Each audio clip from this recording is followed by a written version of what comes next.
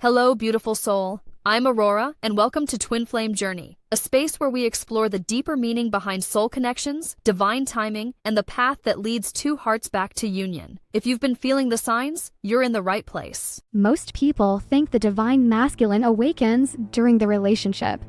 He doesn't. Not really. He usually wakes up afterward. In the silence, in the withdrawal, in the strange emptiness that shows up after he finally gets the space he thought he wanted. And the uncomfortable part is, sometimes he loses her before he understands what she actually meant to him. Not because he never felt it, but because feeling something deeply and being emotionally ready for it are two completely different things. That's the part nobody talks about. The way a man can hold someone in his arms and still emotionally disappear while she's right there beside him. The way he says, "I just need time," then spends months haunted by one ordinary moment he can't stop replaying. A laugh in the kitchen, her sitting quietly in the passenger seat, the way she looked at him after he pulled away again. And suddenly, the distance he asked for starts feeling louder than the relationship ever did. The strange thing is he probably meant it when he said he needed space. That's what makes this harder to explain. Because from the outside, it can look calculated, cold. Like he slowly detached on purpose, while she kept trying to hold the relationship together with trembling hands and long paragraphs, an emotional honesty he didn't know what to do with. But inside his own head, it usually felt less organized than that. More like static. Too much closeness, too much expectation, too much emotional visibility all at once. And he couldn't explain why being loved started making him feel trapped. Not trapped by her, exactly. Just exposed. That's the part he never says correctly. Because when men like this try to explain themselves, they reach for practical language first. "I've just been stressed. I have a lot going on. I need to focus on myself. I don't know what I want right now." And sometimes those things are even partially true. But underneath all that, there's usually another sentence sitting there unspoken. "This feels too real now." That's the sentence he avoids. Not because he's evil. Not because he never cared. Sometimes because he cared enough that his entire nervous system started reacting before his mind could catch up. You can actually watch it happen if you've lived through it. The relationship gets deeper and suddenly his behavior gets stranger. Not dramatically cruel, just inconsistent in this deeply confusing way. He starts replying slower even though he's online. He watches stories but doesn't text. He says he misses her, then disappears for 12 hours. He becomes affectionate one night and emotionally unreachable the next morning. And honestly, a lot of the time, he notices himself doing it while he's doing it. That's the uncomfortable part. People love clean explanations, but real emotional avoidance is messy and embarrassing and full of contradictions that make no sense even to the person acting them out. Part of him wants closeness. Another part starts panicking the moment he receives it consistently. So now, he's sitting there staring at a message he absolutely wants to answer and somehow feeling exhausted by the fact that someone emotionally important exists on the other side of the screen. Not because she's asking for too much. Sometimes she just says, "Hey, are you okay?" And his chest tightens anyway. Because now he has to access himself emotionally. Now he has to be known. Now he has to respond honestly instead of performing stability. And some men have spent years mastering that performance. You know the type. Calm voice, controlled reactions, funny at the right moments, emotionally intelligent enough to sound self-aware, while still staying just far enough away to avoid true vulnerability. He might even talk about communication. That doesn't mean he knows how to emotionally remain present once intimacy becomes unavoidable. Those are two very different skills. I think people misunderstand this part because they assume emotional withdrawal always looks intentional. Sometimes it looks like a man sitting in his parked car at 11:47 p.m. staring at her text for 20 minutes because he suddenly feels overwhelmed by how much she matters to him. And instead of saying that, he says nothing. Then the silence creates damage he later claims he never wanted. There's something painfully human about that. I remember one night, and this is so small it almost sounds stupid now, she fell asleep on the couch while a movie was still playing. One of those half-sleep situations where her head kept slipping off the pillow slightly every few minutes. And he just sat there looking at her. Quiet house. TV light flickering. A coffee mug left on the table from hours ago. And instead of feeling peaceful, he felt this weird pressure in his chest. Not because he didn't love the moment. Because he did. That was the problem. Something about realizing another person had become emotionally significant enough to affect him that deeply made him want to emotionally retreat almost immediately afterward. So the next day, he became slightly colder. Not cruel, just less available. Shorter texts, less eye contact, more distracted. And she noticed instantly because women usually do notice the emotional temperature change long before men admit it exists. What's wrong? Nothing. But there was something wrong. He was overwhelmed by intimacy and calling it stress. That happens more than people think, especially with men who learned how to survive emotionally by staying internally compartmentalized. Closeness starts opening doors they spent years keeping shut. So now he suddenly needs more alone time, more distractions, more gym sessions, more work, more scrolling, and the weirdest part, sometimes he genuinely believes distance will calm him down. Like if he can just create enough space, he'll regain emotional clarity. But what usually happens instead is the silence amplifies everything. Not immediately though. At first, distance feels relieving. That's important. People skip over that truth because it sounds bad. But relief can absolutely exist alongside love. That contradiction ruins people emotionally because they think, if he loved me, space wouldn't feel good. Sometimes it does. Especially for someone whose nervous system associates emotional intimacy with pressure, expectation, exposure, or loss of control. So he pulls away and finally breathes for a second. His phone is quieter. The emotional intensity lowers. Nobody's asking him what he feels every day. And for a moment he thinks, okay, this is what I needed. But then something strange starts happening in the quiet. He keeps checking his phone anyway. Not even consciously at first. Just automatic. Unlock. Instagram. Nothing. Lock screen. 2 minutes later. Unlock again. He tells himself he's fine while replaying her last voice note in the shower. He leaves messages unopened because answering feels emotionally heavy.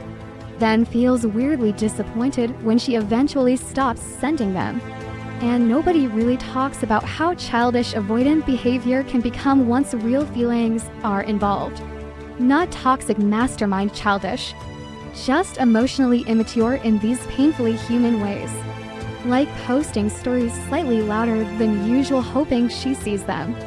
Changing profile pictures randomly. Staying online late at night. Typing responses. Deleting them. Rewriting them colder. Deleting them again. Meanwhile outwardly pretending to friends.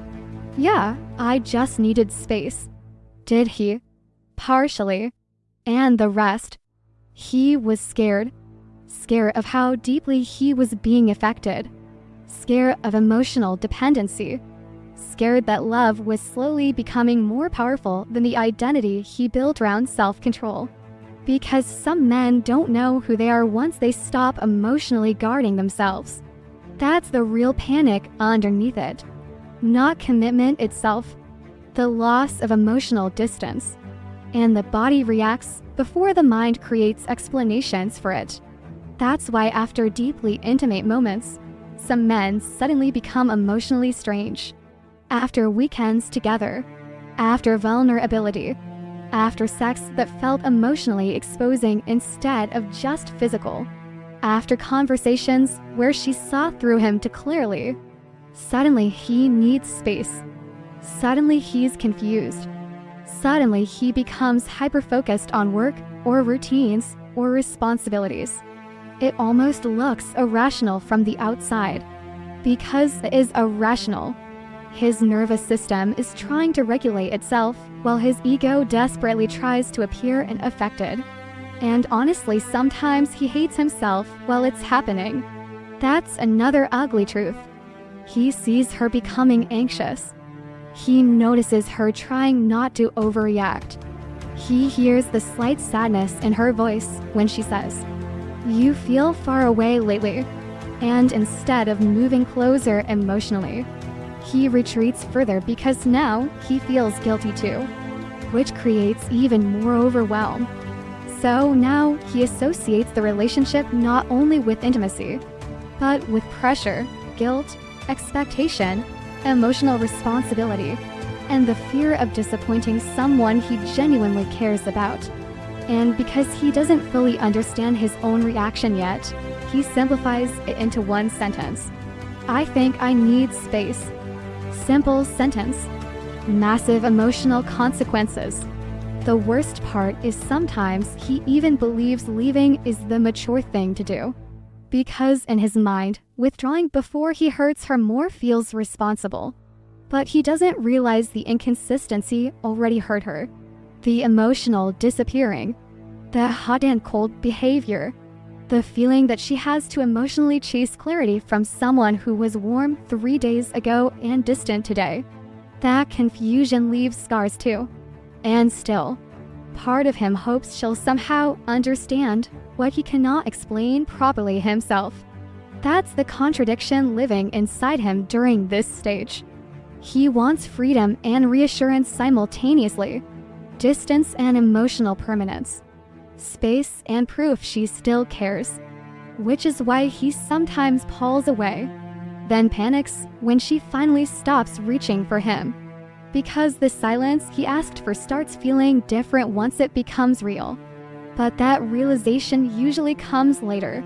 At first, he still thinks distance will save him from the intensity of what he feels. He doesn't understand yet that sometimes distance is the very thing that forces those feelings to finally catch up with him. The breakup usually doesn't hit him when people think it does. That's one of the most misunderstood parts of this whole thing. Everyone watches the ending happen externally and assumes his internal world matches the timeline. It often doesn't. Sometimes the relationship ends, and for a few days, maybe even a few weeks, he actually feels lighter. Not happier exactly, just quieter inside, like his nervous system finally stopped buzzing. No more emotionally loaded conversations. No more tension in his chest every time the phone lights up. No more feeling like somebody can see straight through him on random Tuesday nights when he's too tired to hide properly.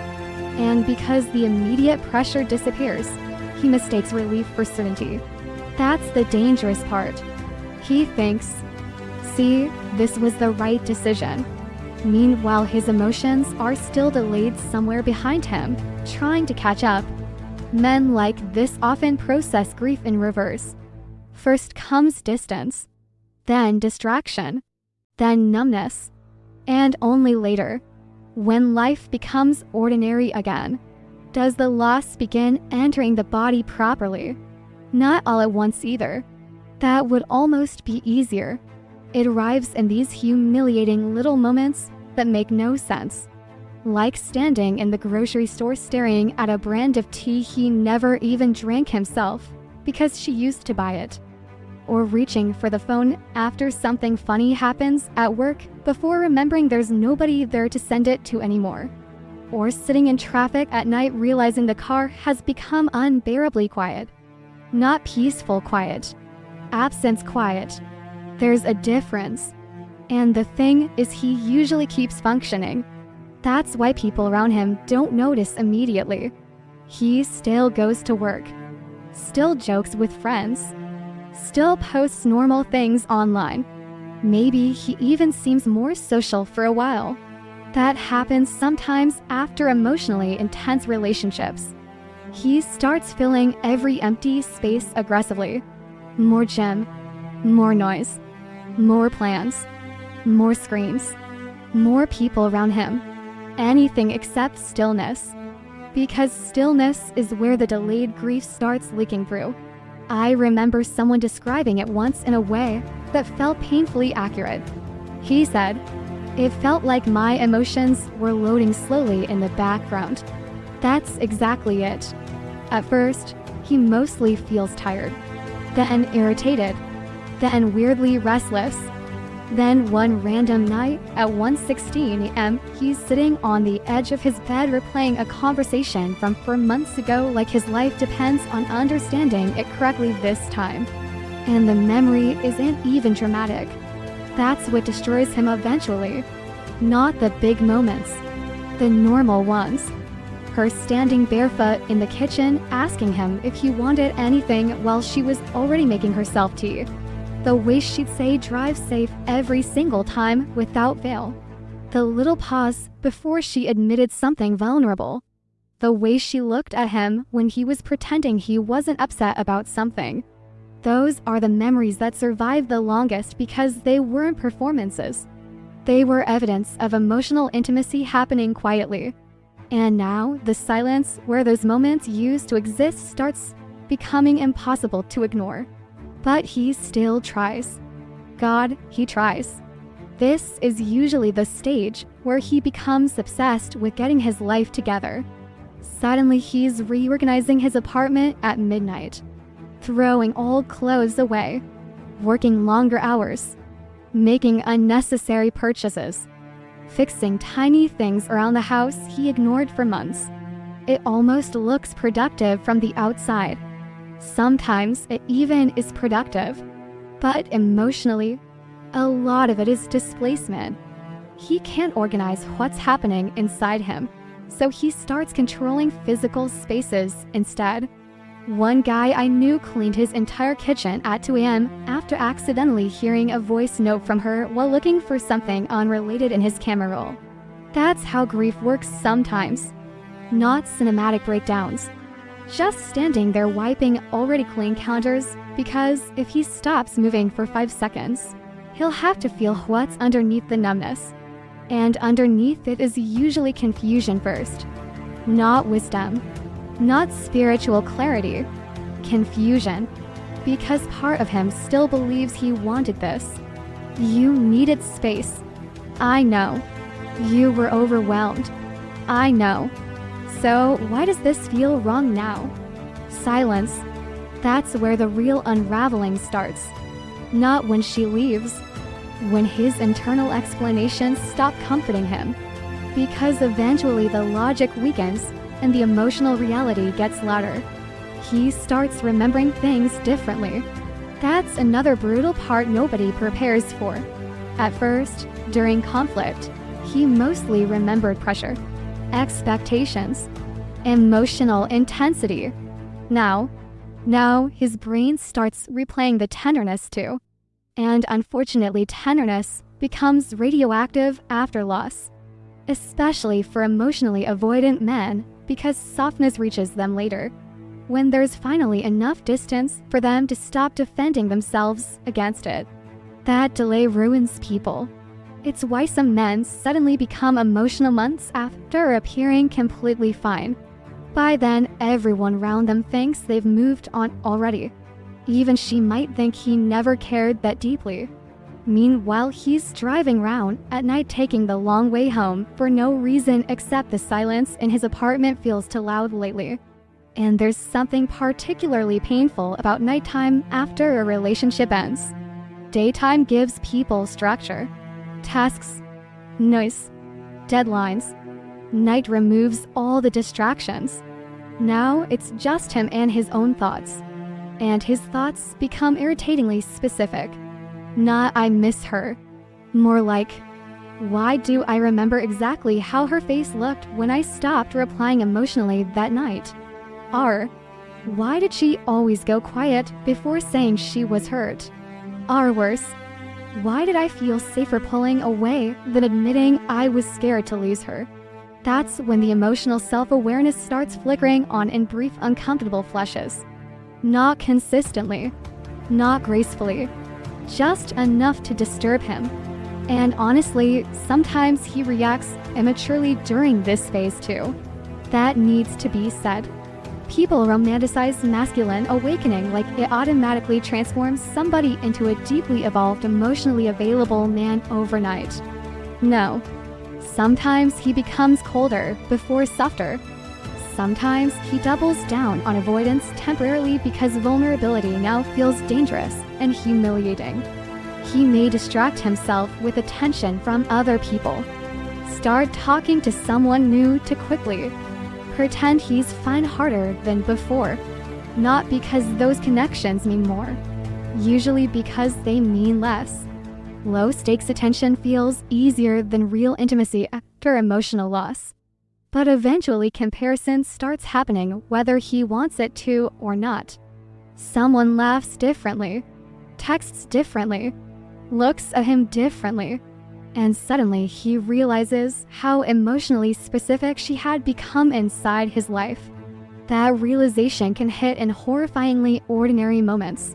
Like hearing someone else say his name and immediately noticing it doesn't sound like hers. Tiny things start carrying emotional weight they never had before. The side of the bed, her favorite song accidentally playing in a store, the empty space beside him when something stressful happens, and his first instinct is still to reach emotionally towards someone who no longer belongs to him. That's when grief finally enters the body fully. Not as drama, as ache, quiet ache, the kind that follows him round in subtle ways.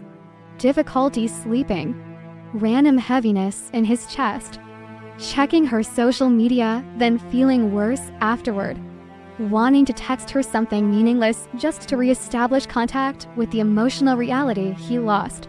And the truly awful part, by now she may already be detaching emotionally herself. That's what creates the delayed panic. Because avoidant men often assume emotional availability will remain waiting for them indefinitely while they sort themselves out internally.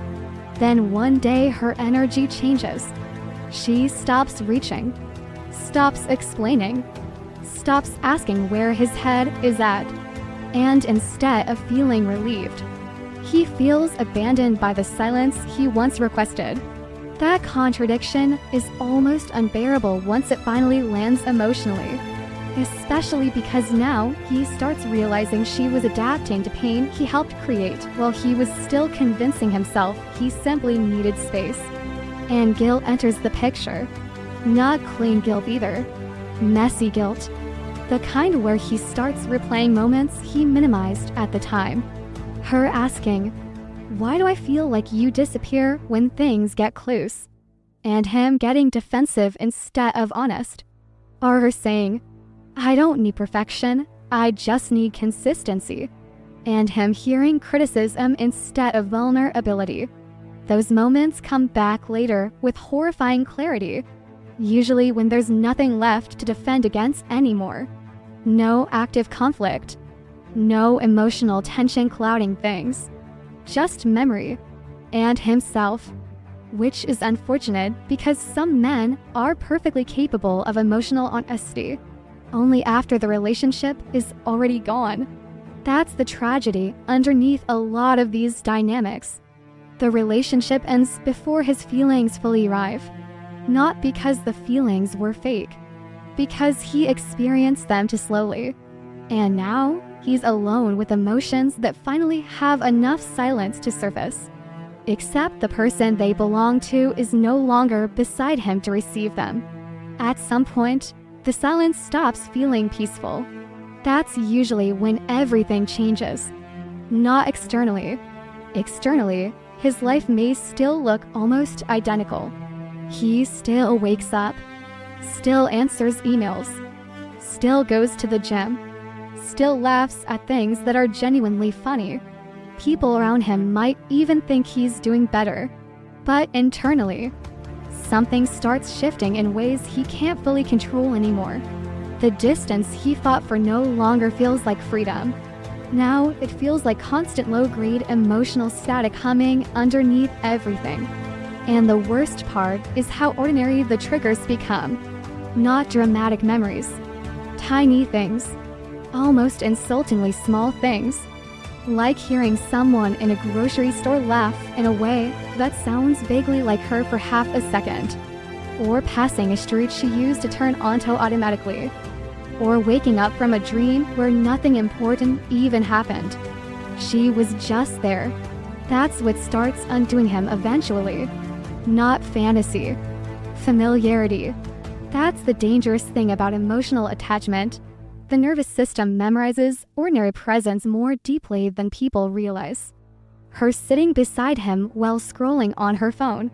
Her saying wait before crossing the street. The way she always adjusted the air conditioning because she got cold too easily. Those details start replaying against his will. And he hates how vulnerable it makes him feel. Because now there's nobody to perform detachment for except himself. That's when avoidance becomes harder to maintain, especially late at night. Late nights are brutal for emotionally avoidant men because there's less noise protecting them from themselves. The distractions weaken. The ego gets tired. The body slows down enough for suppressed feelings to finally catch up. And suddenly he's lying in bed replaying one completely random moment over and over again. Not the breakup. Not the big arguments. A Tuesday. That's what destroys him. A completely forgettable Tuesday where she looked over at him in the car and said, "You've been quiet today." And instead of telling her he was overwhelmed and emotionally shutting down, he shrugged and said, "I'm just tired." Now months later, he's staring at the ceiling realizing she probably understood him better than he understood himself. That realization lands slowly, painfully slowly, because first comes memory, then comes reinterpretation, and reinterpretation is where regret starts growing teeth. At the time, he experienced her emotional awareness as pressure. Now, he starts recognizing it differently. She wasn't trying to control him. She was trying to reach him. That changes everything internally. Especially because once the defensive walls lower, he starts remembering her reactions more accurately too. Not exaggerated, not dramatic, just hurt. Quietly hurt. And honestly, quiet hurt affects men longer than explosive conflict sometimes. Yelling is easy to dismiss afterward. Silence isn't. He remembers moments where she stopped arguing halfway through because she realized he had already emotionally left the room. He remembers her looking disappointed instead of angry. That expression stays with people, especially men who secretly wanted to be emotionally understood while simultaneously resisting emotional intimacy every time it arrived. Contradictory people suffer in very specific ways. Because now he's alone with evidence that somebody loved him carefully, and he's still pulled away from it. That realization can become unbearable once it fully enters the body, but it doesn't happen all at once. That's important. He still fluctuates during this stage. One day he misses her intensely. The next day he convinces himself the relationship wouldn't have worked anyway.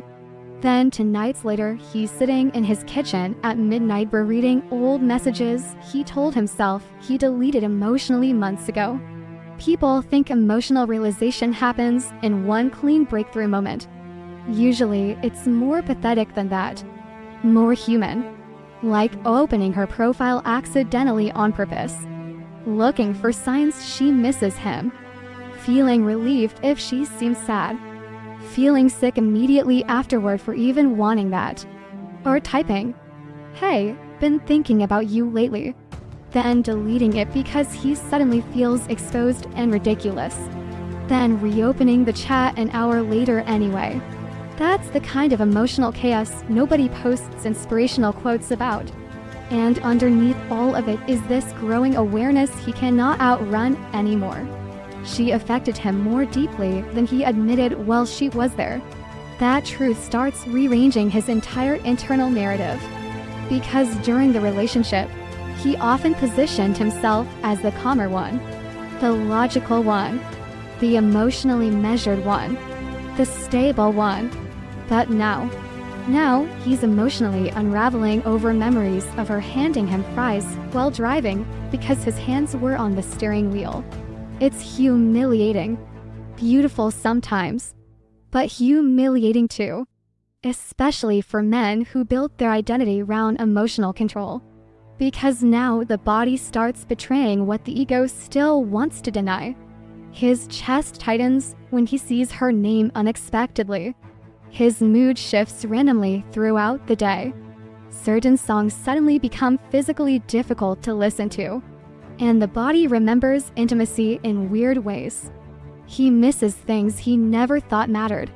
The sound of her moving around in another room. The way she'd interrupt his overthinking without realizing she was doing it.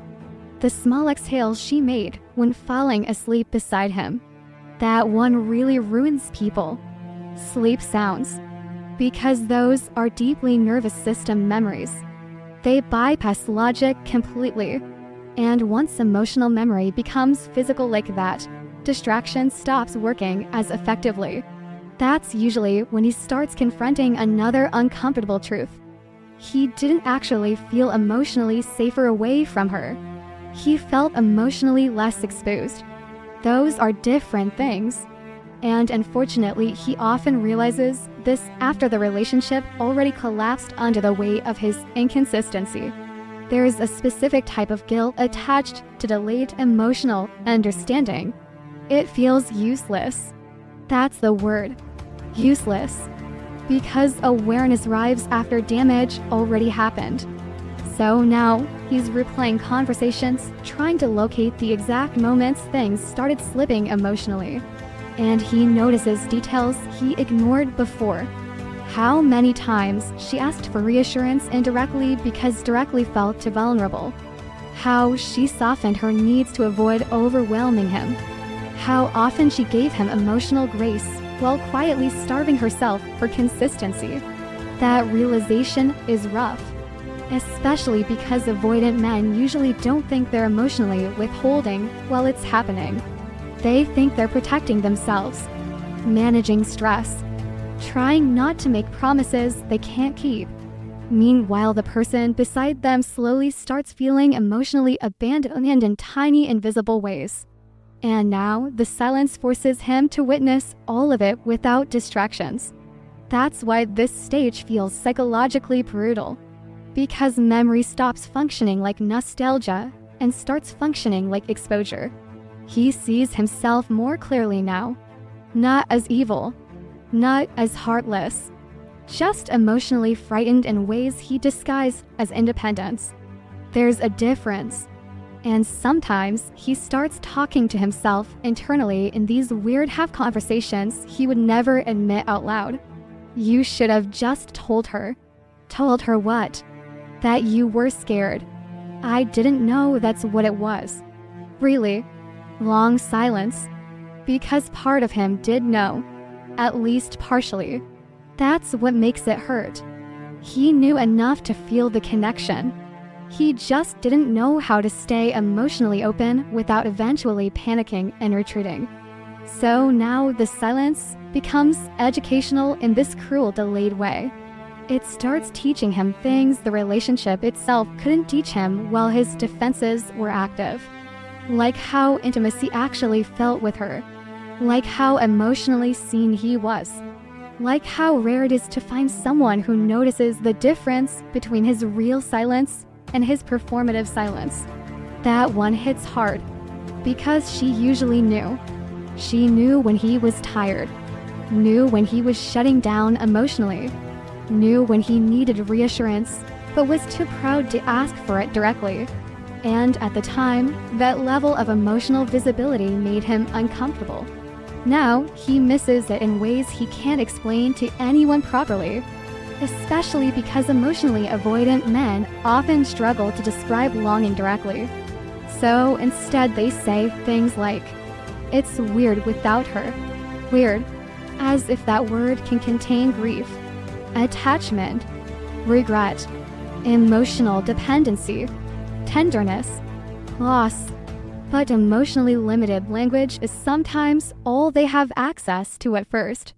The deeper truths come later, slowly, usually in silence, usually when there's nobody left chasing them emotionally anymore. That's when the full weight of her absence begins rearranging him internally. Not through spiritual revelation, not through dramatic transformation, just through repeated unavoidable encounters with his own emotional reality. And eventually he realizes something deeply uncomfortable. The relationship didn't suffocate him. The intimacy exposed him. And now, without her there, he has to sit alone with parts of himself she used to soften without even knowing she was doing it. The hardest realization usually ain't that he loved her. It's realizing how much of his calmness was actually fear wearing nice clothes. That takes longer to admit, because for a long time, he genuinely believed he was the emotionally rational one, the grounded one, the measured one, the one keeping things from becoming too much. And maybe sometimes he was. But eventually the silence forces him to look at his behavior without the protective filter of defensiveness. That's uncomfortable, because now he starts noticing how often his composure depended on emotional distance. That changes the entire story. He remembers moments where she cried and he stayed eerily calm. At the time, he thought, "See, I'm regulating the situation." Now he looks back and realizes, "No, I was disconnecting from it." There is a difference between emotional stability and emotional absence. And avoidant men confuse those two things constantly, especially men who grew up believing emotional control meant never visibly unraveling. So they become experts at flattening themselves emotionally. No dramatic reactions, no emotional dependency, no visible panic. But underneath the controlled exterior, there's often a man internally flooding with feelings he doesn't know how to process in real time. That's why some of them go numb during emotionally intimate moments. Not because they feel nothing, because they feel too much too quickly and their system shuts certain doors automatically. It's almost mechanical sometimes. She asks, "What are you feeling right now?" And his brain suddenly becomes static. Not intentionally. His body literally pulls away from emotional access. So he reaches for safer responses instead. "I don't know. I'm tired. You're overthinking. Can we not do this right now?" And he doesn't realize how emotionally lonely those moments feel for the person sitting across from him. Not yet. That awareness comes later, usually in fragments. He starts replaying arguments differently, especially the moments where she was trying to emotionally reach him and he turned the conversation logical too quickly. That's a common masculine defense people romanticize as maturity. But sometimes logic is just emotional panic translated into cleaner language. She says, "I feel far away from you lately." And instead of answering emotionally, he starts discussing schedules, stress, timing, miscommunication. Meanwhile, the real answer is sitting underneath everything, unspoken. "I can feel myself getting attached and it's terrifying me." But he can't say that yet. So instead he performs calmness. performs certainty, performs independence, and for a while, even he believes the performance. That's the strange thing about emotional self-protection. If you do it long enough, you stop recognizing it as protection. It just feels like your personality, until the relationship ends, and suddenly all the emotions you thought you handled well start leaking out sideways months later. That's when he starts realizing, maybe I wasn't emotionally regulated. Maybe I was emotionally defended. That distinction rearranges people internally, especially when he remembers moments after intimacy. Those moments hit hardest later, because emotionally avoidant men often become strangely distant after moments of deep connection. Not always consciously. Sometimes they have an incredible night together, deep conversation, real vulnerability, physical closeness that feels emotionally exposing in a way he can't explain. And the next day, he pulls back, texts less, feels irritated suddenly, needs alone time immediately. At the time, he calls that needing balance. Now he sees the pattern more honestly. Intimacy made him feel emotionally visible. Visibility triggered fear. Fear made him withdraw. Simple pattern, massive consequences. And the painful part is how subtle the damage looked while it was happening. It wasn't always explosive. Sometimes it was tiny moments repeated over time. She shares something vulnerable, and he jokes instead of staying present. She asks for reassurance, and he kisses her instead of answering. She tries to discuss emotional inconsistency, and he suddenly becomes exhausted or distracted. None of those moments seem catastrophic individually, but emotionally they accumulate, especially for someone trying to love him sincerely. He starts realizing she spent a lot of the relationship adapting herself to emotional uncertainty he never fully acknowledged. That realization creates shame. Not performative shame, quiet shame. The kind that shows up while brushing your teeth at night when a random memory suddenly makes your stomach drop. Like remembering her face after he emotionally shut down during an important conversation. Or realizing she stopped asking certain questions near the end because she already knew his answers would create distance. That one hurts. When he realizes she began emotionally self-abandoning to maintain connection with him. Because now he sees things he missed while he was inside the dynamic defending himself. He sees how often she approached him gently first. How long she tried not to pressure him. How many opportunities he had to simply tell the truth emotionally instead of retreating. And still, part of him feels defensive sometimes. That's important too. Growth isn't linear. Some nights he sees everything clearly. Other nights he still thinks, but she didn't understand how overwhelmed I was. And maybe she didn't fully.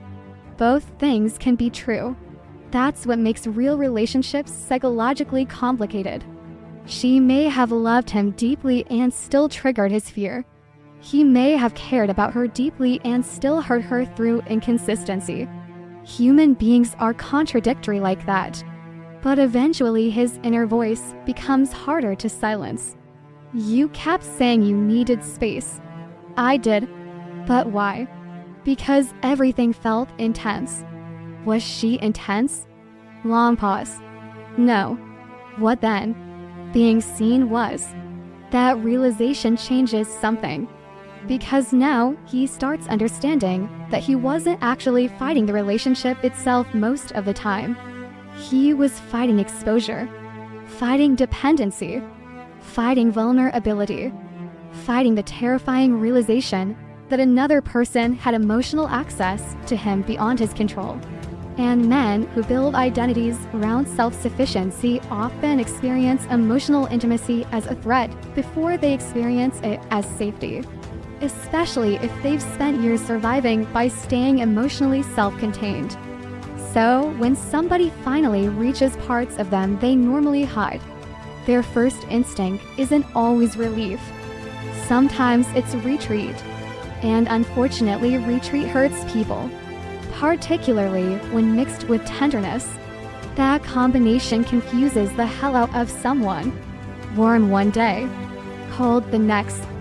Present during physical intimacy, distant during emotional intimacy. That inconsistency slowly destabilizes trust even when love is real underneath it.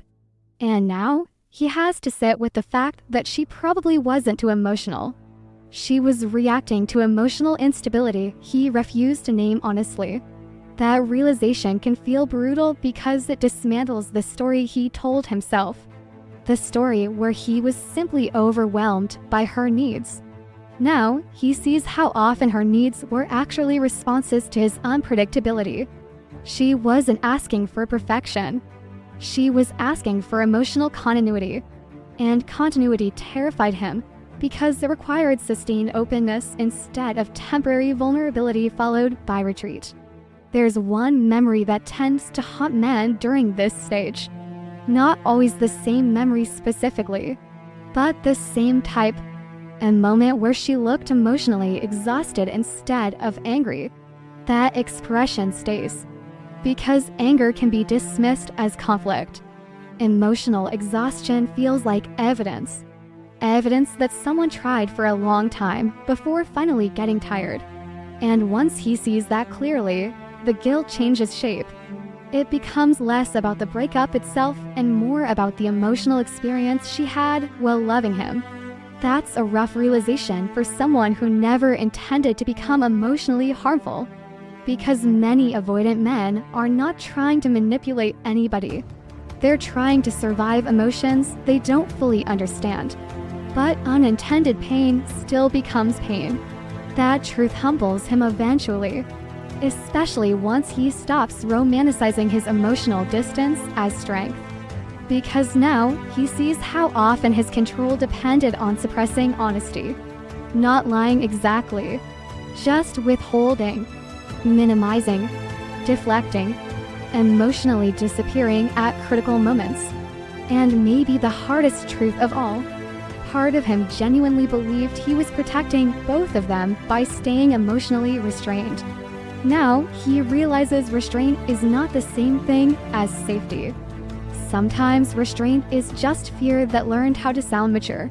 And once he sees that clearly, he can't fully unsee it anymore. At some point, the loss stops being intellectual. That's when it gets dangerous. Because before this stage, he can still explain things to himself. He can still hide inside logic.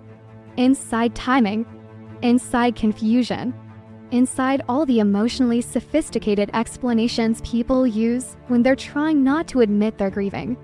But eventually the body gets involved, and the body is harder to negotiate with. That's the part nobody prepares him for. How physical missing someone becomes.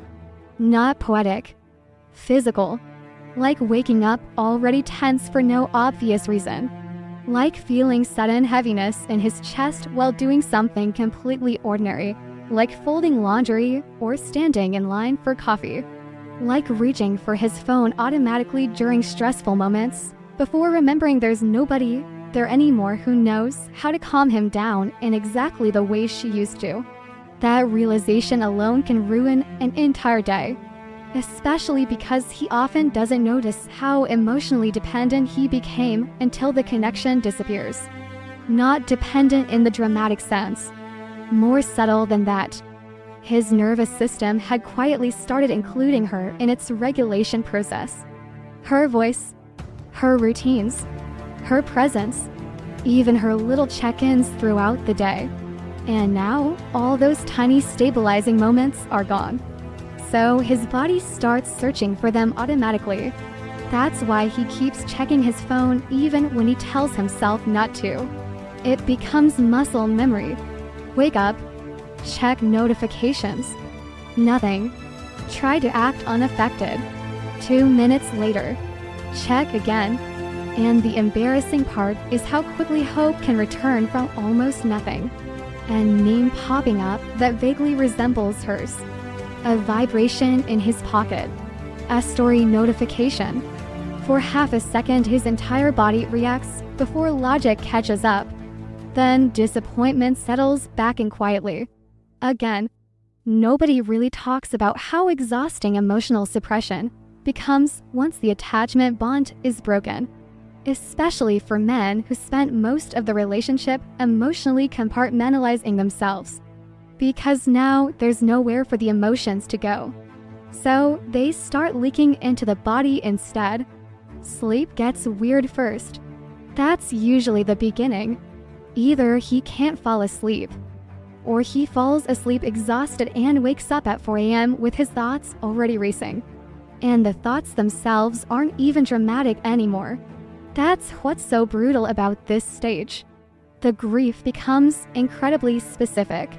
He's not lying awake thinking, "I lost the love of my life."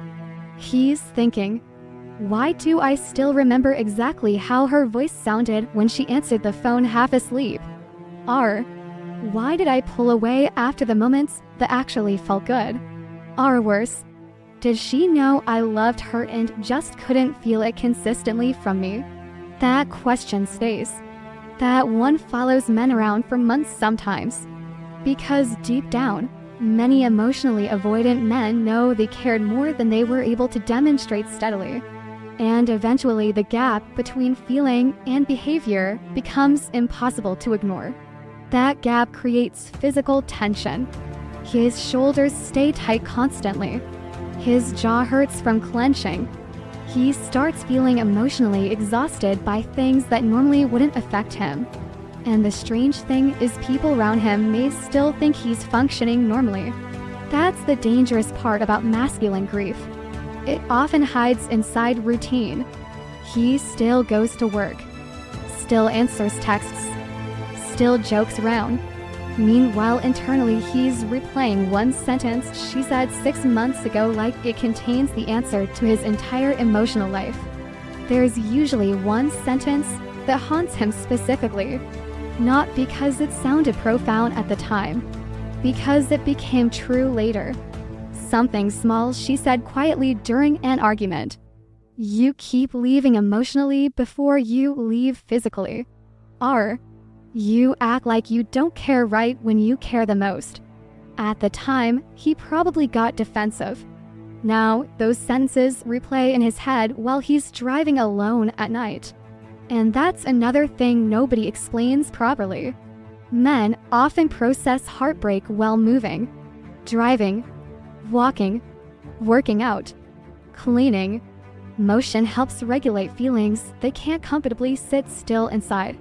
So he starts taking longer routes home for no reason, sits in parking lots after arriving, goes to the gym and barely remembers the workout afterward because his mind was somewhere else entirely, usually with her, or more accurately, with versions of moments involving her.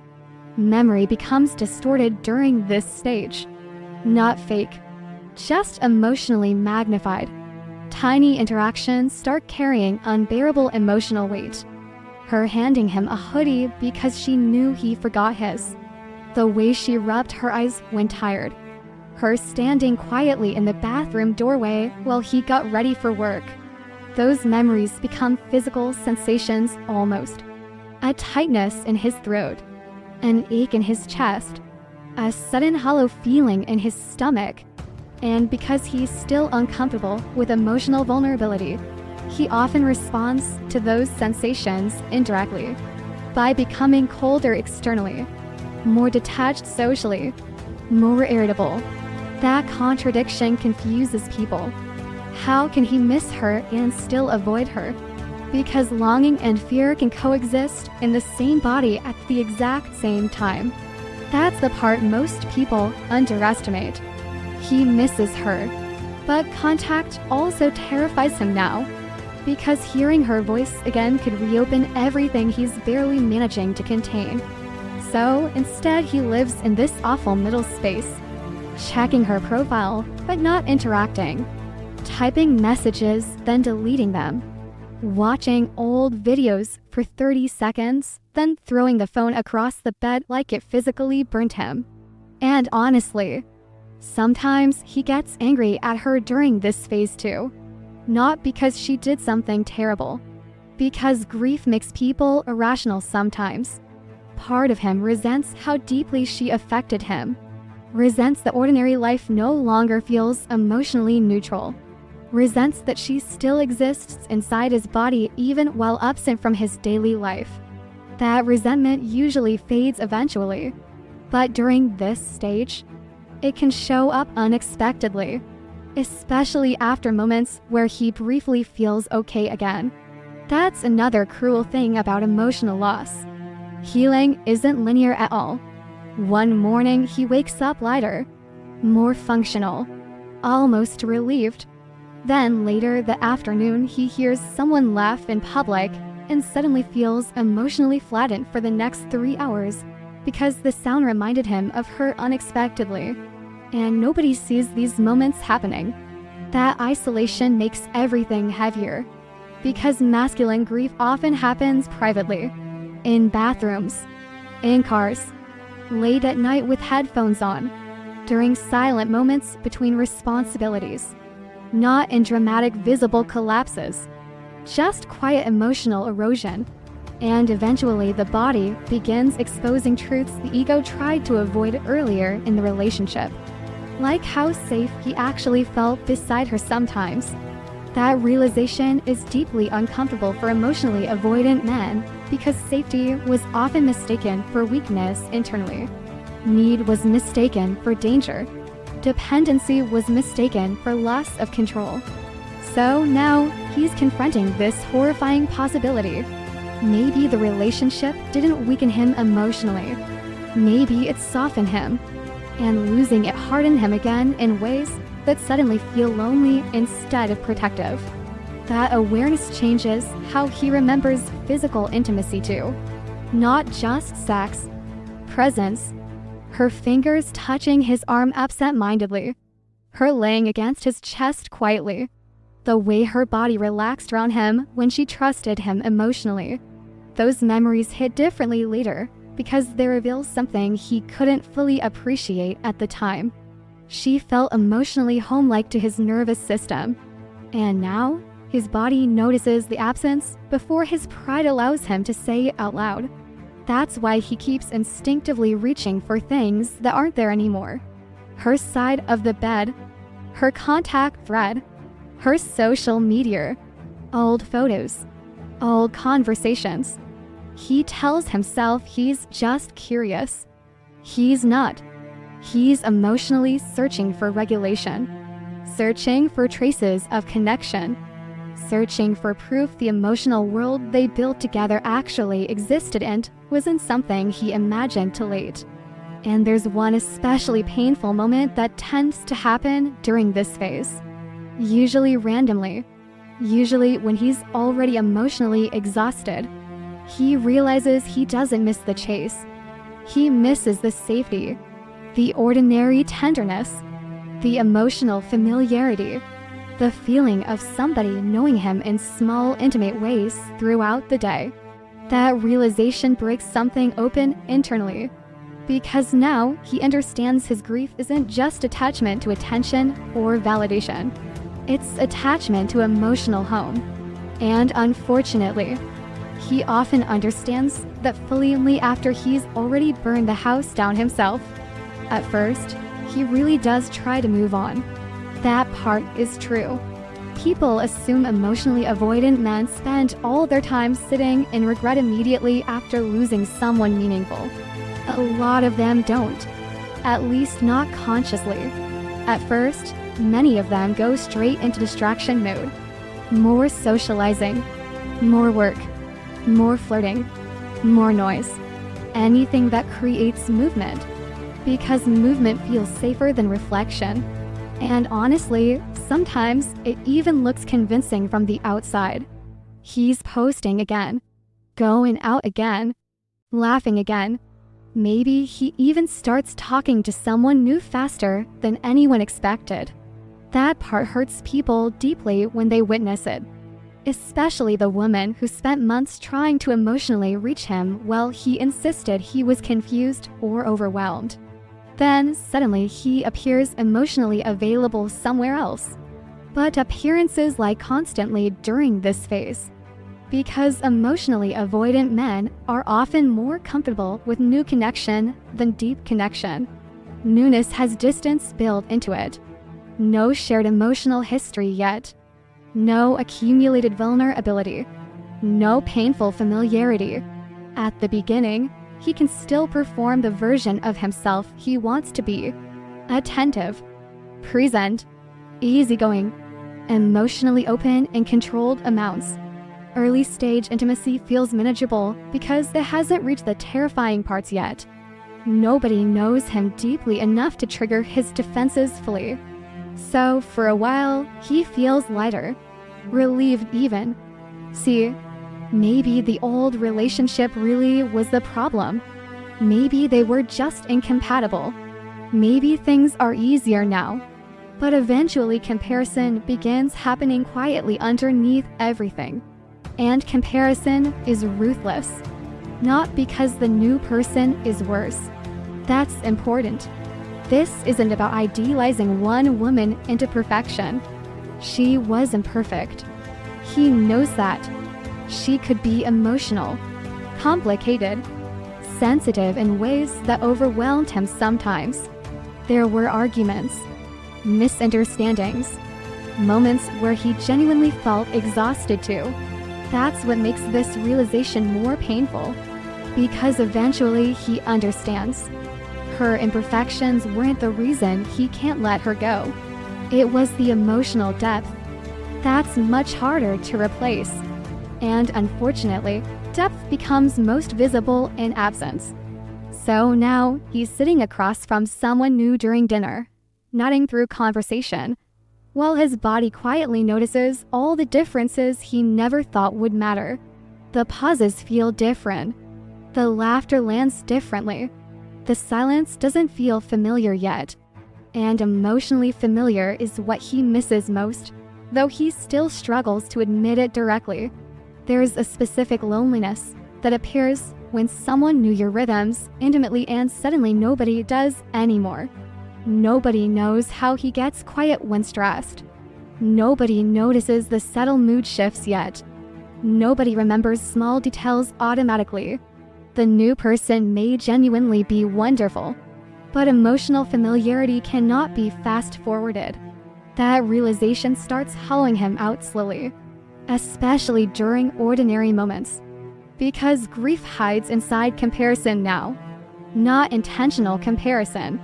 Automatic comparison. The way she used to touch his arm absent-mindedly while talking. The way she noticed when he was pretending to be okay. The way she could hear emotional withdrawal in his voice before he even understood it himself. Now someone else asks, "How was your day?" And he suddenly misses the person who could tell the answer before he spoke. That kind of emotional intimacy becomes terrifyingly rare once it's gone. And the awful part, he often didn't fully value it while he had it.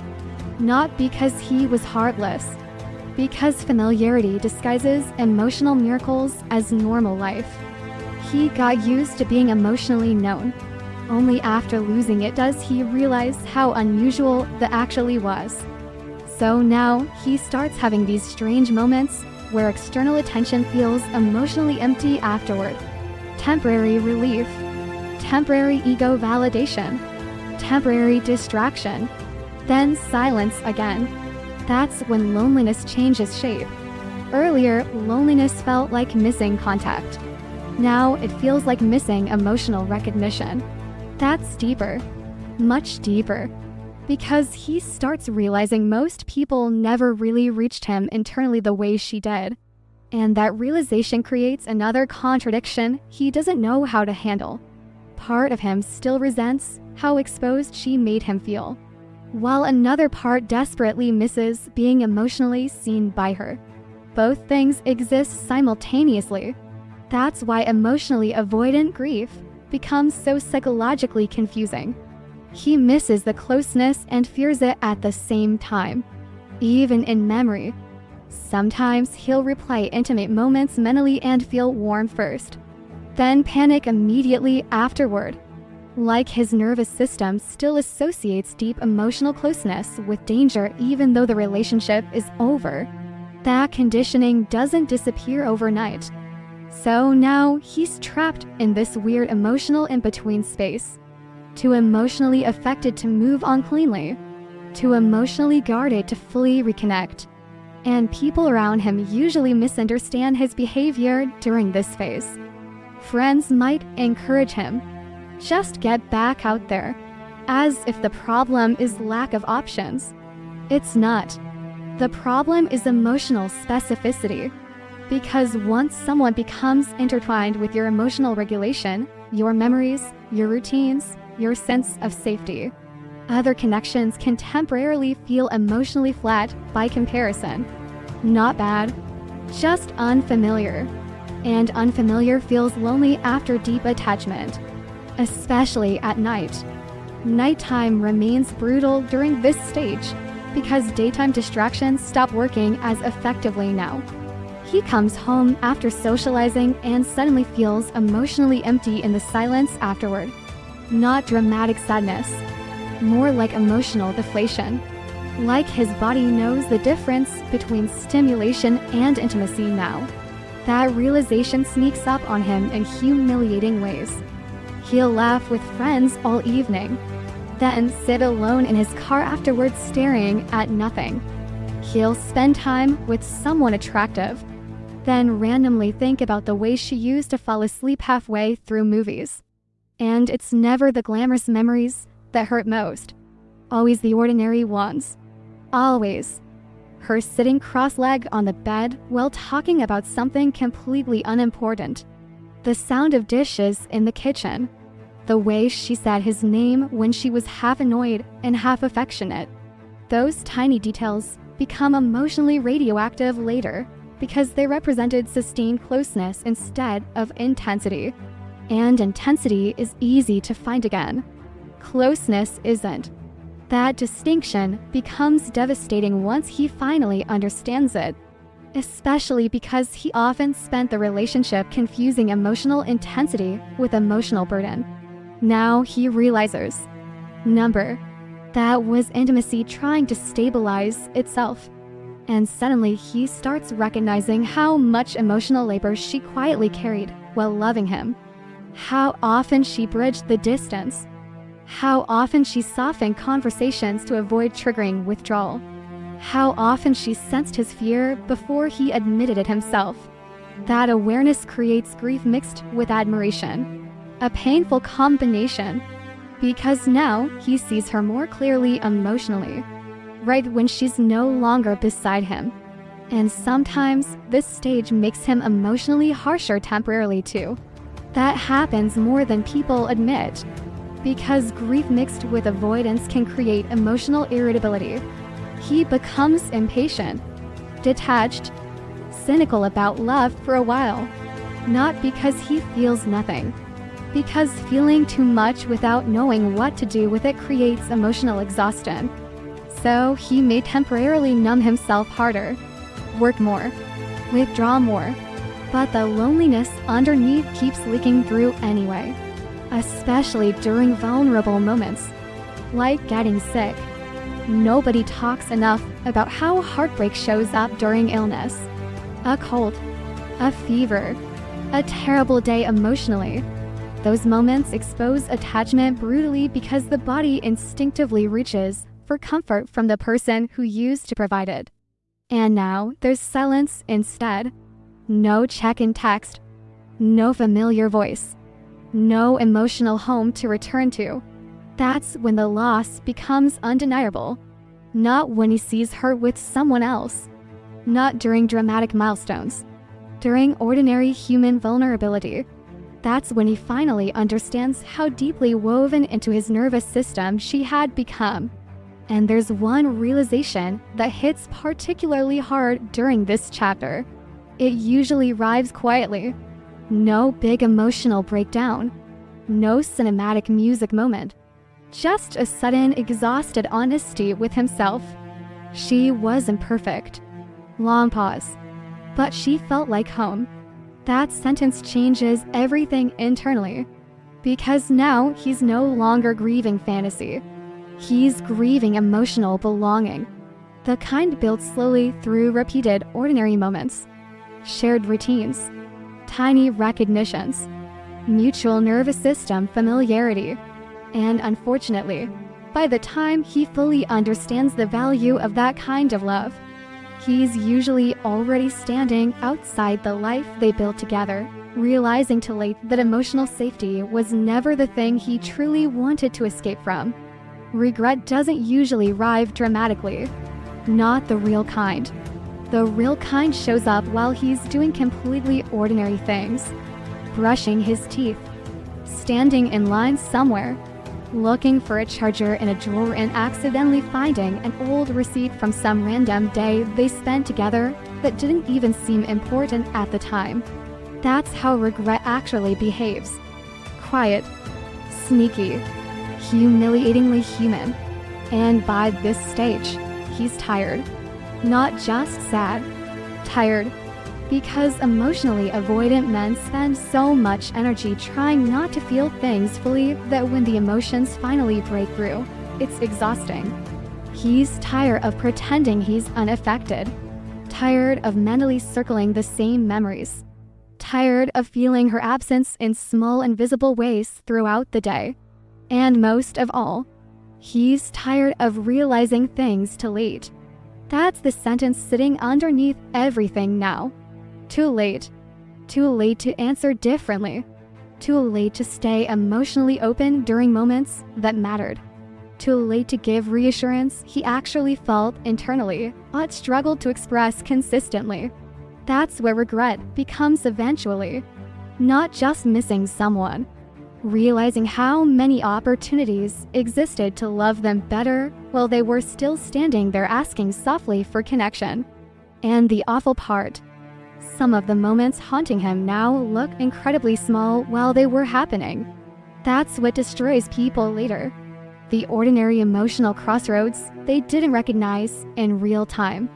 Like one night she asked, "Can you just stay with me emotionally for a minute?" Not aggressively, not demanding, almost nervous asking it. And he remembers feeling overwhelmed immediately. Like his chest tightened from the vulnerability in the room. So instead of staying emotionally present, he reached for distance in subtle ways. Checked his phone, made a joke, changed the subject slightly.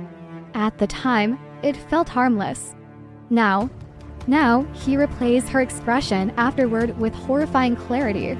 The tiny disappointment, the quiet withdrawal, the way she said it's okay when it very obviously wasn't okay. Those moments become emotionally radioactive later because he finally understands what they actually meant. She wasn't asking for perfection. She was asking not to feel alone while sitting next to him. That realization crushes him in slow motion, especially because now he sees how often she tried to make her emotional needs smaller to avoid overwhelming him. And he's still pulled away anyway. That's the part creating shame now. Not just the breakup itself.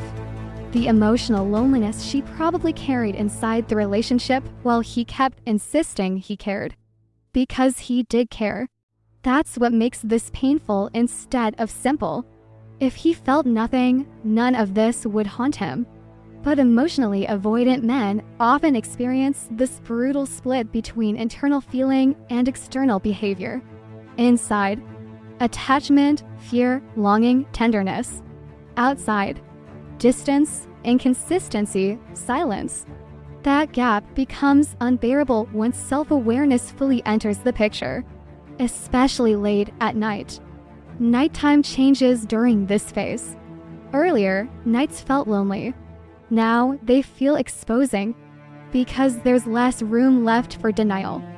So he starts rereading old conversations he once avoided, not even intentionally at first. Maybe he was searching for a photo. Maybe her name just appeared somewhere unexpectedly. And suddenly he's scrolling upward through months of emotional evidence he didn't fully appreciate while living inside it. her checking on him after stressful days, her trying to communicate carefully instead of accusing him, her asking gentle questions he answered defensively. And then he reaches the messages from near the end. Those are the hardest ones, because by then you can usually see exhaustion replacing hope. That emotional transition is devastating to witness afterward. The moment somebody stops fighting for closeness and starts emotionally preparing themselves to survive without it. He sees it now. The shorter responses, the sadness underneath her attempts to sound understanding, the emotional restraint, and regret arrives all over again. Not cinematic regret either. Embarrassing regret. The kind where he suddenly sits up in bed because he remembered something kind she did 8 months ago, and now he can't stop crying quietly into his hands to him like his body finally caught up to reality. People don't talk enough about delayed masculine grief. How physical it becomes once it finally breaks through the emotional armor. The chest pressure. The random tears that appear without warning. The inability to focus because memory keeps interrupting ordinary life. And still, he often says nothing externally. That's another painful contradiction. He may miss her deeply while remaining completely silent. Not because he doesn't care, because shame enters the picture now too. Shame changes everything. Because once he fully realizes how much she loved him through his inconsistency, contacting her suddenly feels terrifying. Now it's not just vulnerability anymore. It's accountability. And accountability feels emotionally exposing in a completely different way. Especially for men who secretly pride themselves on being good people. Because now he has to face the possibility that he unintentionally became emotionally damaging to someone he genuinely loved. That's hard to sit with. So he starts having these strange internal arguments with himself. You should call her. And say what? The truth. Now, long silence. Because part of him knows timing matters. Part of him knows realizations arriving late don't erase the pain she already carried. And maybe the most painful realization of all is understanding she often wasn't reacting to his lack of love. She was reacting to the inconsistency of receiving it. That difference ruins him emotionally once it lands. Because now he remembers all the moments where he felt love internally and still acted emotionally unavailable externally. He remembers wanting to reach for her and not doing it. Wanting to reassure her and staying quiet instead. Wanting closeness and simultaneously resenting how emotionally vulnerable it made him feel. Contradictory people leave contradictory wounds. And now, he starts seeing the relationship through her nervous system instead of only his own. That changes everything. Now, he understands why she became anxious sometimes. Why she overanalyzed small shifts. Why silence hurt her so deeply. Because emotional unpredictability forces people into hypervigilance. And he was unpredictable in ways he minimized at the time. Not intentionally manipulative. Just emotionally inconsistent. Warm, then distant. Open, then unavailable. Affectionate, then withdrawn. That inconsistency slowly exhausts people emotionally. Now he knows. Now he sees it. Too late. That phrase again. Too late. And regret starts appearing in the smallest moments imaginable. He'll hear a song she loved and immediately skip it. Then sit there feeling guilty afterward. He'll almost send a message. Then panic and lock his phone. He'll see something funny she would have loved and instinctively reach for connection before remembering the bridge between them collapsed quietly while he was still trying to understand himself.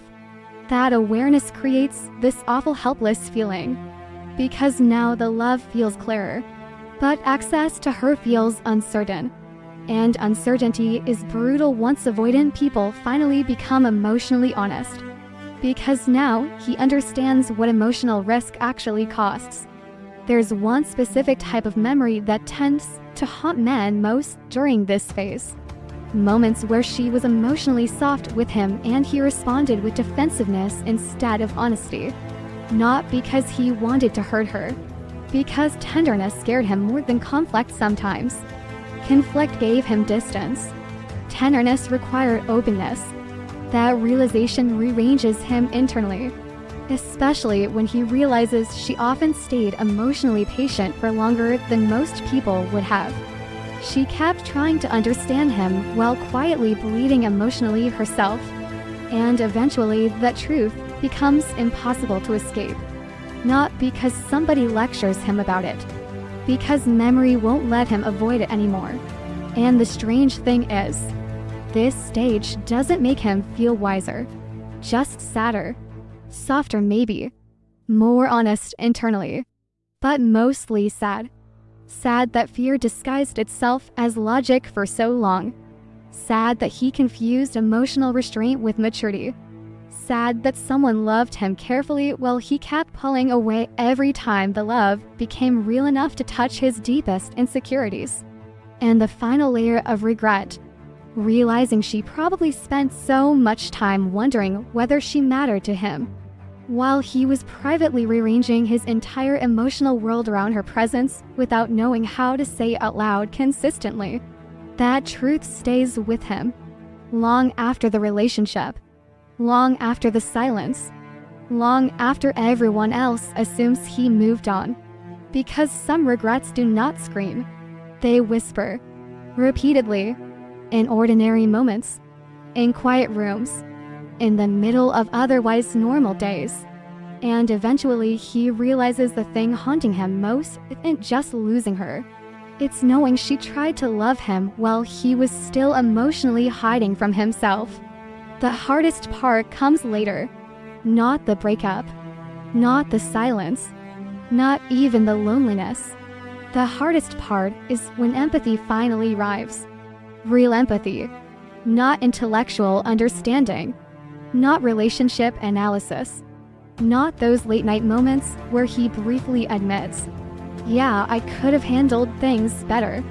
No, I mean the moment he actually feels what the relationship must have felt like from inside her body. That changes him, because until this point, most of his understanding has still been filtered through his own emotional experience. His overwhelm, his fear, his confusion, his need for space. But eventually something shifts, and suddenly he stops asking, "Why did she react like that?" and starts asking, "What was it like trying to love me while I kept disappearing emotionally?" That question ruins his sleep for a while, because once he sees it clearly, he can't unsee it anymore. Now he remembers the pauses in her voice differently, the overthinking, the anxiety, the moments she asked, "Are we okay?" At the time, those moments felt emotionally intense to him. Now he realizes she was probably trying to stabilize herself emotionally inside a relationship that kept changing temperature without warning. That realization hits hard, especially because he never intended to create emotional instability. But intention and impact are not the same thing. That's one of the most painful adult realizations a person can have. He didn't wake up trying to hurt her. He wasn't consciously planning emotional withdrawal. Most of the time, he genuinely believed he was just overwhelmed. But now he sees how his confusion became her confusion, how his distancing became her insecurity, how his silence became emotional noise inside her nervous system. That's difficult to sit with, especially because emotionally avoidant men often don't understand the emotional consequences of inconsistency until they experience emotional unpredictability themselves later. And eventually, they do. Maybe through another relationship. Maybe through losing her completely. Maybe through realizing she no longer responds to him the same way anymore. That emotional shift in her changes something inside him. Because now he feels what she used to feel. The uncertainty, the waiting, the hyper-awareness of emotional distance. And suddenly, all the behaviors he minimized before start making horrifying emotional sense. Of course, she noticed the tone changes. Of course, she became anxious at her emotional closeness followed by withdrawal. Of course, she started overanalyzing small things. Because inconsistency trains people to monitor emotional safety constantly. He understands that now. Too well, honestly. And what makes this stage especially painful is how ordinary the memories are. Again, not dramatic scenes. Tiny moments. Like remembering how she would look at him carefully after vulnerable conversations, almost trying to figure out which version of him she would wake up to the next day. Warm, distant, present, gone emotionally again. That unpredictability exhausts people. And now he realizes she was carrying that uncertainty while still trying to love him gently. That's what breaks him open emotionally. Not guilt alone. Tenderness. The realization that she often handled his fear more carefully than he handled hers. That truth humbles him deeply. Because now he sees things from angles he emotionally avoided before. He remembers how she softened her words during conflict because she sensed how easily he shut down. How she sometimes swallowed her own hurt just to maintain connection with him. How she would say, "It's okay, I understand," when she was clearly hurting underneath it. At the time, part of him felt relieved hearing that. Now it makes him feel sick. Because now he understands emotional self-abandonment when he sees it. And once you realize someone was shrinking themselves emotionally to avoid losing you, certain memories become almost unbearable to revisit. Especially the moments where she stopped asking for reassurance altogether. That stage of a relationship is devastating. When someone becomes quiet not because they're healed, but because they're tired. He sees that now. The emotional exhaustion in her.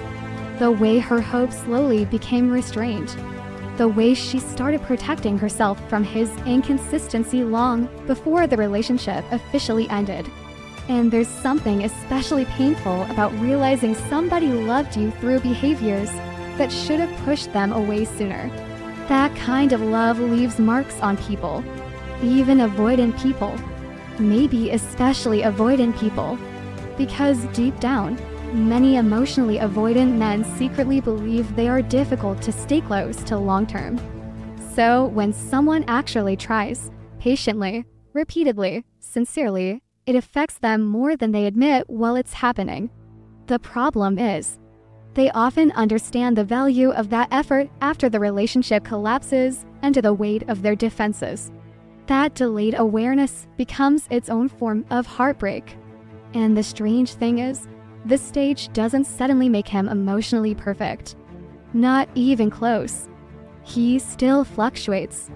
Some days he wants to call her immediately. Other days shame makes him disappear into himself again.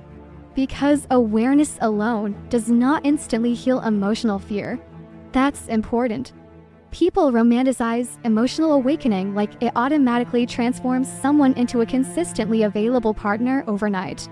Real change is messier than that. Sometimes he sees everything clearly and still freezes emotionally. Sometimes he writes entire messages in his notes app and never sends them. Sometimes he misses her so intensely he physically aches, then still avoids contact because he's terrified of reopening pain he already caused. Contradictory people suffer in contradictory ways. That's the truth. And now, his internal dialogue becomes more honest than before. Not wiser necessarily, just more exposed. You loved her. I know.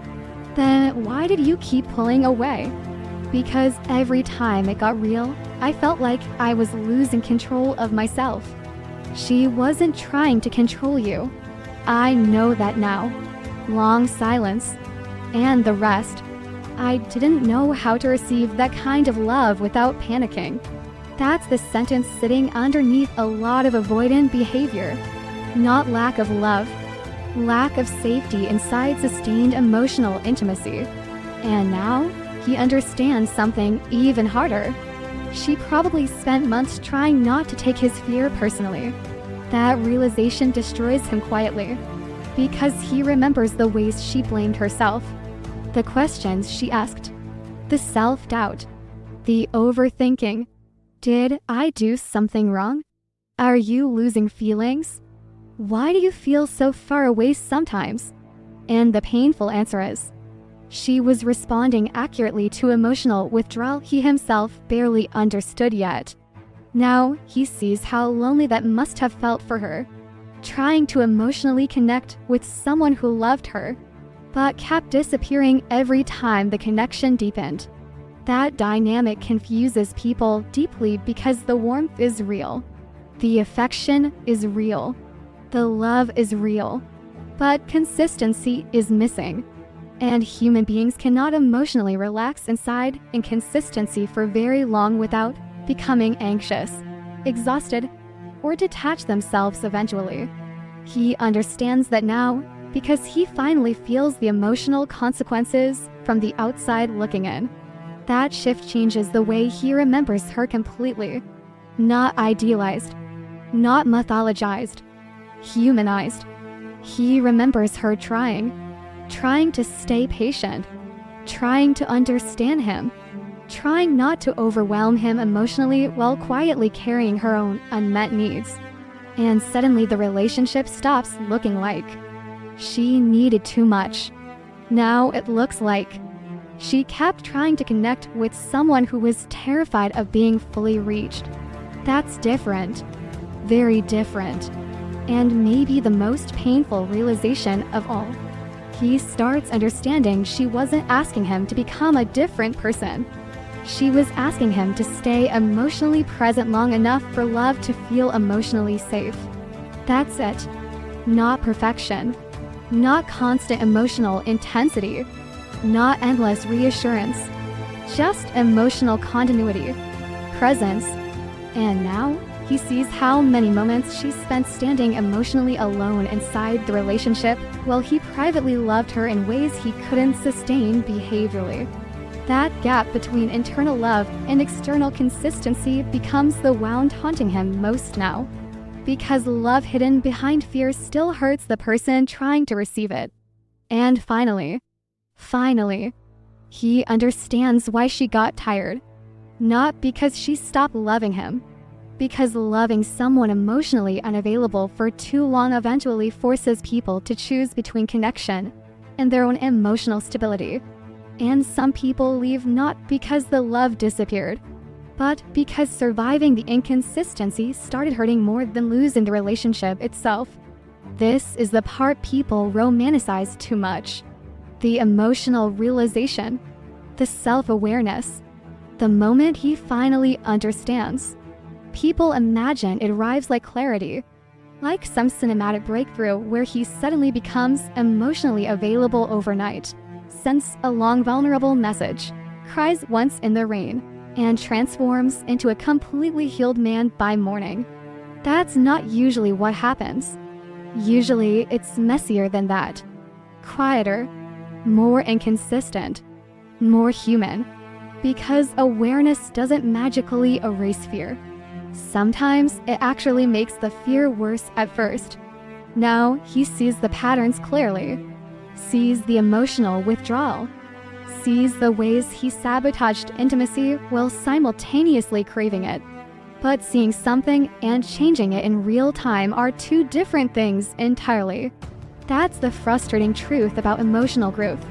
People think self-awareness automatically creates action. A lot of the time, it just creates internal conflict first. Now, he notices himself pulling away while he's doing it. That's new. Before, his distancing felt automatic and justified. Now, there's a second voice interrupting him internally. She's trying to connect with you. I know. Then why are you shutting down? I don't know. But deep down, he usually does know at least partially. Closeness still scares him. Vulnerability still destabilizes him. Being emotionally dependent on still triggers panic in places he hasn't fully healed yet. The difference now is he can no longer pretend those reactions are just logic or bad timing. Now he sees the fear underneath them. And honestly, that realization can make people emotionally collapse for a while. Because once the emotional armor cracks, everything underneath comes up at once. The grief, the shame, the longing, the guilt, the tenderness he spent years suppressing. That's overwhelming, especially for men who survived most of their lives by staying emotionally compartmentalized. So now he's trying to feel emotions directly instead of outrunning them. And sometimes he completely fails at it. That needs to be said honestly. Some days he grows. Some days he avoids harder than ever. Healing isn't elegant.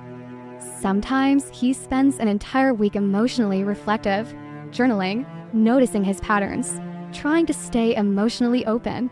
Then suddenly disappears emotionally after one vulnerable conversation, because his nervous system still panics when intimacy becomes too real. That contradiction frustrates him too. People assume avoidant men enjoy emotional distance. A lot of them don't. A lot of them feel trapped inside their own reactions. Like their body learned survival patterns their heart eventually outgrew emotionally. So now, he's stuck in this painful space where he understands love more deeply than before, but still struggles to tolerate the vulnerability required to maintain it consistently. That gap creates enormous internal shame, especially because by this stage, he often sees the consequences clearly. He knows what emotional inconsistency does now, knows how withdrawal affects people, knows how silence destabilizes trust, knows how painful it feels to love someone who keeps emotionally stepping backward every time things deepen. And now, he has to face another horrifying truth. Sometimes awareness arrives after the relationship that triggered the growth is already gone. That's devastating, because now the lessons feel emotionally expensive. Like he learned how to hold love properly only after dropping something fragile enough to break. And unfortunately, this stage can still look confusing externally. He may still say nothing publicly, still appear detached sometimes, still go quiet unexpectedly, because awakening isn't always visible behavior immediately. Sometimes it's internal war. That's what nobody explains properly. The internal war between wanting intimacy and fearing exposure, wanting connection and fearing dependency, wanting to reach out and fearing rejection, accountability, vulnerability, all at once. And the body reacts before the mind finishes reasoning through any of it. That's why he may stare at her contact thread for 20 minutes without sending anything. Not because he feels nothing, because he feels too much simultaneously. There's usually one especially painful moment during this stage. He realizes he cannot return to emotional unconsciousness anymore. Before, he could blame stress, timing, her expectations, relationship incompatibility. Now he knows. Knows she loved him sincerely. Knows he loved her too. Knows fear distorted his behavior repeatedly. That awareness changes memory permanently. Now every emotionally distant moment carries double weight, because he remembers both versions simultaneously.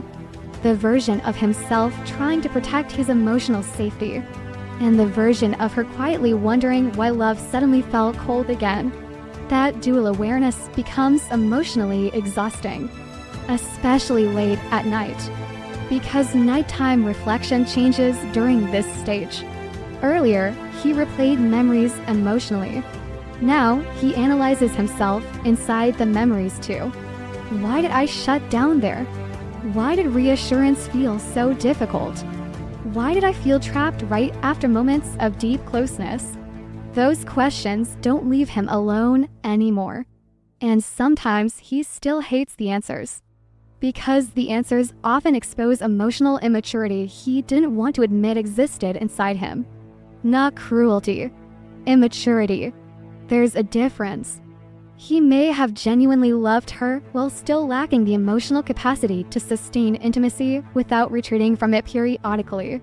That realization is humbling, painfully humbling, especially for men who thought emotional control meant emotional maturity. Now, he realizes he often managed discomfort by creating distance instead of staying emotionally present through vulnerability. And staying present is much harder than disappearing. That truth changes him. Slowly, but not perfectly. That's important. Some days he becomes softer, more emotionally honest, more willing to communicate discomfort instead of silently withdrawing. Other days, old instincts return immediately. Something emotionally intense happens, and his first impulse is still, I need space. Except now another voice interrupts. Or are you just scared again? Long silence, because now he can hear himself more clearly. And self-awareness without self-compassion can become brutal. That's another overlooked part of this stage. He may become incredibly hard on himself, especially once he fully understands how much emotional patience she offered him. Now he sees things he couldn't see before. How carefully she approached his wounds. How often she tried to avoid triggering shutdown. How much reassurance she gave him while receiving very little consistency back emotionally. That awareness can create self-loathing if he isn't careful. And self-loathing doesn't heal avoidance. It usually deepens it temporarily, because shame still makes people hide, even emotionally awakened people. That's why this phase is not spiritually glamorous. Sometimes it looks like progress. Sometimes it looks like regression. Sometimes it looks like a man sitting alone in his apartment finally crying honestly for the first time in years, because he realized he confused emotional suppression with strength his entire adult life. And sometimes it looks smaller than that. Way smaller. Like finally sending a vulnerable text without rewriting it 20 times first. Or admitting, I got scared. That sentence sounds tiny. For some men, it feels like emotional surgery. Because honesty dismantles the identity they build around appearing unaffected. And once emotional honesty begins, he starts recognizing other uncomfortable truths too. Like how often he waited for women to tolerate emotional inconsistency instead of learning how to communicate fear directly. Or how often he secretly wanted unconditional closeness while resisting the vulnerability necessary to maintain it. Contradictory desires, contradictory behaviors, contradictory pain. That's why awakening feels messy instead of enlightened. There's grief in it. Not just grief for losing her. Grief for the version of himself that couldn't receive love properly without panicking. Grief for all the moments he could have stayed emotionally present, but chose self-protection instead. Grief for how long he misunderstood his own fear. And maybe the saddest part, he now realizes she probably saw pieces of this potential long before he did. That's often why she stayed as long as she did. She could sense the softness underneath the defenses, the tenderness underneath the withdrawal. But potential is emotionally exhausting to love when behavior keeps contradicting it.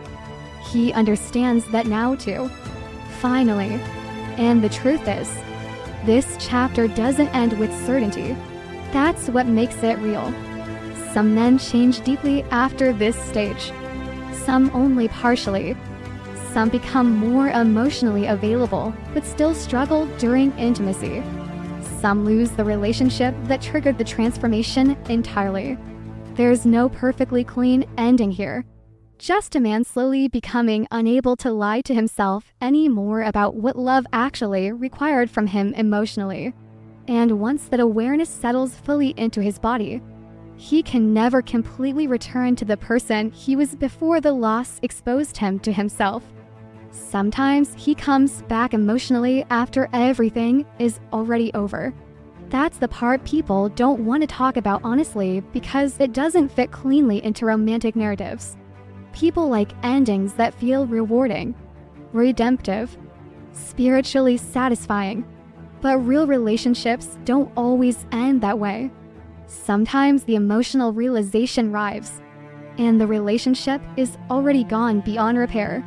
Not because the love was fake, because timing matters more than emotionally avoidant people realize while they're busy protecting themselves from vulnerability. That's the tragedy underneath a lot of this. He often thinks there will be more time to explain himself, more time to soften, more time to finally say the vulnerable thing properly. But emotional exhaustion changes people quietly, especially women who spent a long time trying to emotionally hold the relationship together while simultaneously doubting whether they were truly wanted there. At some point, survival instincts take over, and the terrifying part, the shift in her usually happens gradually enough that he doesn't fully notice at first. She still responds, still cares, still loves him probably, but the emotional reaching slows down. The over-explaining stops. The emotional chasing stops. The repeated attempts to reconnect after distance stop. And because emotionally avoidant men often associate space with relief, he may initially misunderstand her detachment completely. He thinks, maybe things are calmer now. But calm and emotionally gone are not the same thing. That distinction becomes devastating once he finally sees it clearly. Because eventually there comes a moment where he reaches back emotionally. And she's different. Not cruel. Not dramatic. Just different. Quieter. More emotionally self-contained. Less available to the inconsistency that once kept her awake at night trying to decode him emotionally. That change shakes him deeply. Because now, he feels the distance from the other side. And distance feels very different when you're no longer controlling it. That's when panic sometimes enters. Real panic. Not ego panic. Attachment panic. The realization that the person who once waited emotionally for him every single time might genuinely be learning how to live without him now. That awareness can crack something open in a man emotionally. Especially because by this stage, he often finally understands what she was asking for all along. Not perfection, not endless intensity, not emotional performance, presence, consistency, the ability to stay emotionally connected without disappearing every time vulnerability became uncomfortable. And now that he finally understands it, he wants to give it. That's the heartbreaking irony. The emotional maturity begins developing right when the relationship may no longer have enough safety left to receive it. Because people get tired. That truth matters. People get tired of hoping, tired of interpreting mixed signals, tired of feeling emotionally close one day and emotionally abandoned the next. Love can survive many things. But chronic emotional uncertainty slowly drains the nervous system. Eventually, survival becomes stronger than attachment. And she may still love him when that happens. That's what hurts most. Sometimes people leave while still loving someone deeply. They just can't keep bleeding emotionally trying to stay connected anymore. He realizes this late. Usually painfully late. Maybe through a conversation, maybe through her silence, maybe through hearing emotional steadiness in her voice for the first time. That one really affects men. When she sounds okay, not performatively okay, actually calmer. Because now he understands something terrifying. Her peace may no longer depend on his emotional availability. That realization creates grief unlike anything earlier in the process. Because before, he was grieving loss while still unconsciously assuming emotional access remained possible. Now, Now, he realizes her inner world may genuinely be moving beyond him. And suddenly, all the emotional truths he avoided become urgent. The urge to explain, to apologize, to tell her she mattered, to admit the fear underneath the withdrawal. But emotional timing is cruel sometimes, because now he's emotionally ready for conversations she may no longer need. That creates enormous sadness, especially in men who genuinely did love deeply beneath the fear.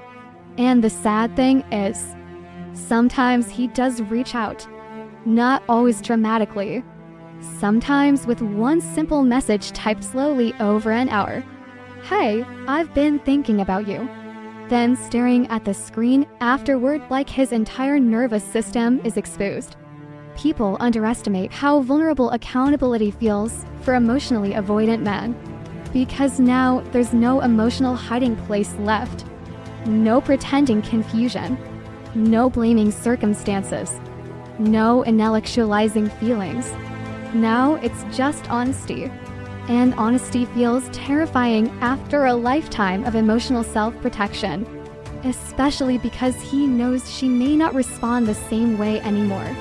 That uncertainty forces him into the exact emotional position she occupied for months. Waiting, wondering, hoping, overanalyzing silence. Now, he understands the emotional weight she carried while loving him. Not theoretically, physically, and maybe she does answer. Maybe there's still warmth there, but it's different now. More careful, more boundaried, less willing to abandon herself emotionally just because he finally became vulnerable after prolonged distance.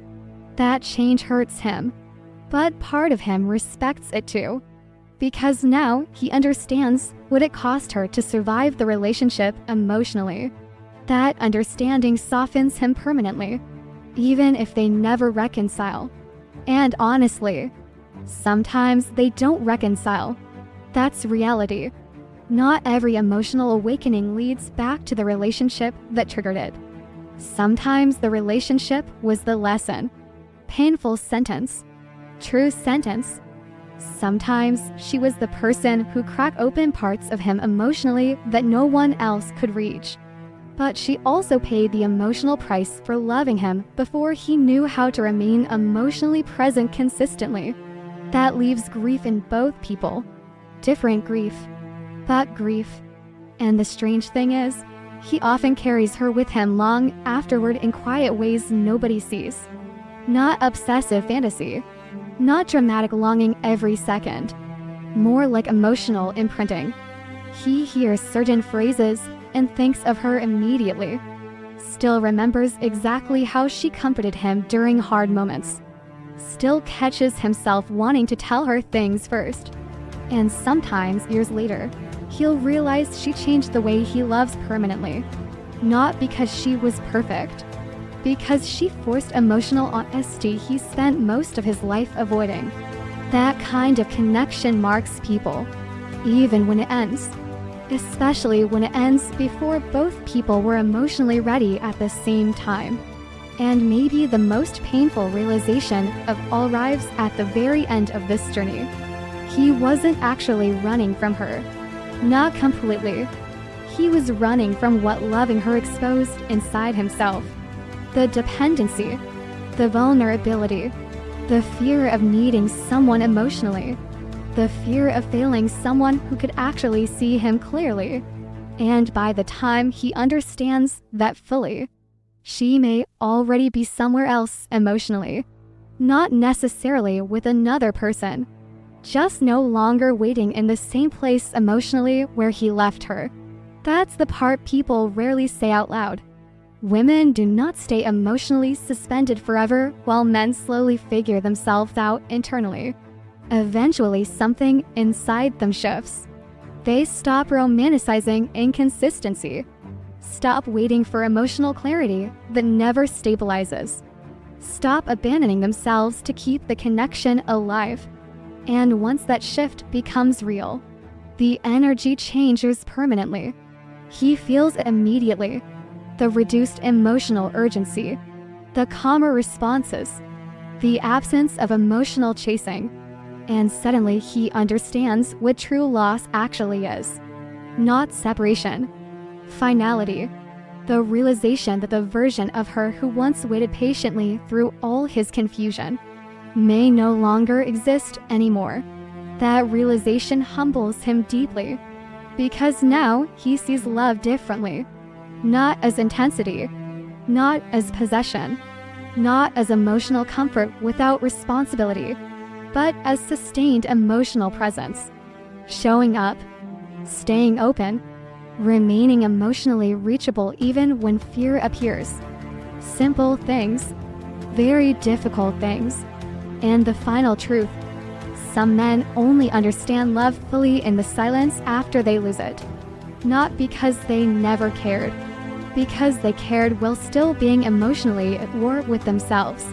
And unfortunately, love cannot always survive the amount of time it takes someone to stop running from their own heart. Thank you for spending this moment with me. If this message resonated with your soul, remember to subscribe and continue this journey with us here on Twin Flame Journey. And always remember, what is meant for your soul will always find its way back to you. Until next time, beautiful soul, trust the journey.